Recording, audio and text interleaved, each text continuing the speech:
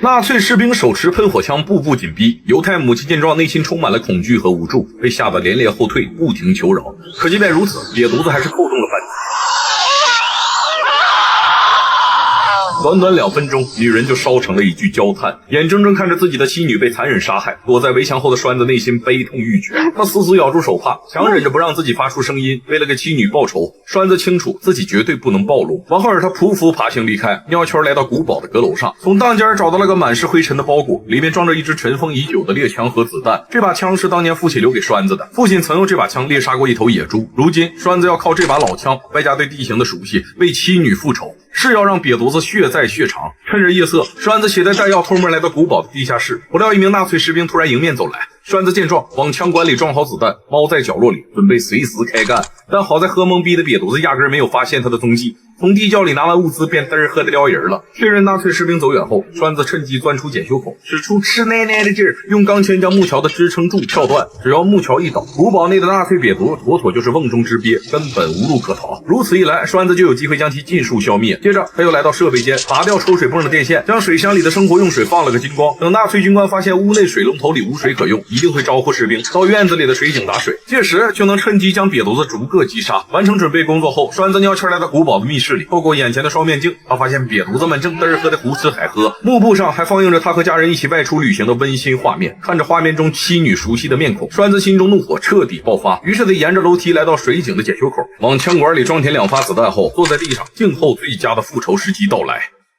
一名纳粹士兵前来井边打水，随着水桶缓缓落下，井壁的暗格里突然冒出个人影。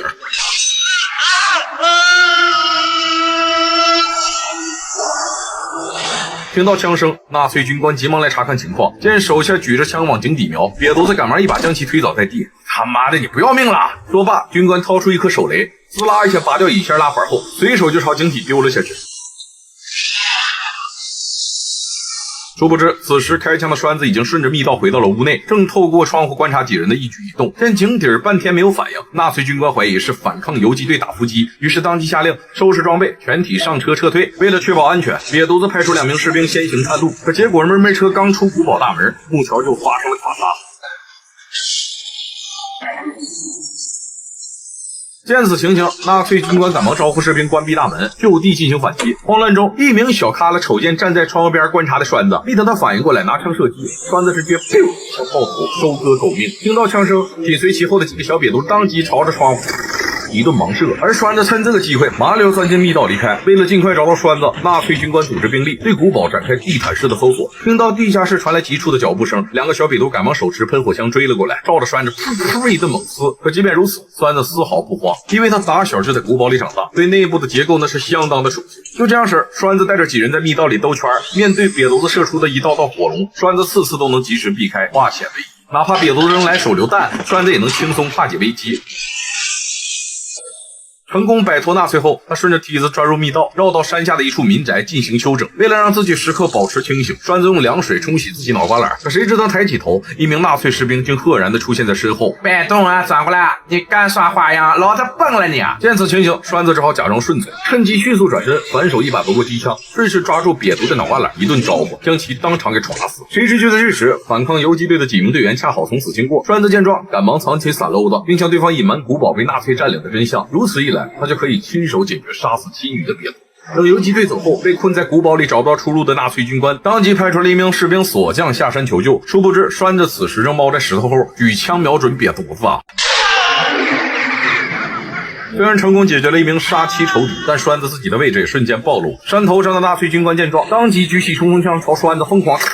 栓子见状，只好猫着腰后撤转移，结果刚跑没2步，就被纳粹扔来的一颗手榴弹炸倒在地，碎片击中了他的手臂，眼睛也被摔碎，没有招了。栓子只好冒着被发现的风险，迅速潜入古堡的卧室里，简单包扎伤口，并找到了备用眼镜戴上。经过短暂的休整之后，栓子动身准备继续消灭仇敌，可没曾想，刚呲嘎一下打开门，迎面碰到一个纳粹瘪犊。好在栓子眼疾手快，迅速朝瘪犊子开枪，打中了对方的爪子，然后趁乱急忙返回密道里。等纳粹军官带人赶到后，把屋里翻了个底儿掉，冒，结果连个人毛都没找着。眼瞅着队友一个个丧命于死，幸存的几个瘪犊内心慌的一批，其中一名士兵更是偷偷换上便装准备撩人，不料被军官逮了个正着。士兵见状急忙转身拿枪反抗，没成想却被军官率先击中。虽然顺利处决了逃兵，但军官也被子弹击中，瘪犊子只好踉跄的去找手下做包扎，殊不知俩人早他妈撩没影了。由于对古堡的地形不熟，两个瘪犊子刚到地下室就一头扎进水井里。躲在暗处的栓子见状，快步来到跟前，举起手中的伞篓子准备干死俩人，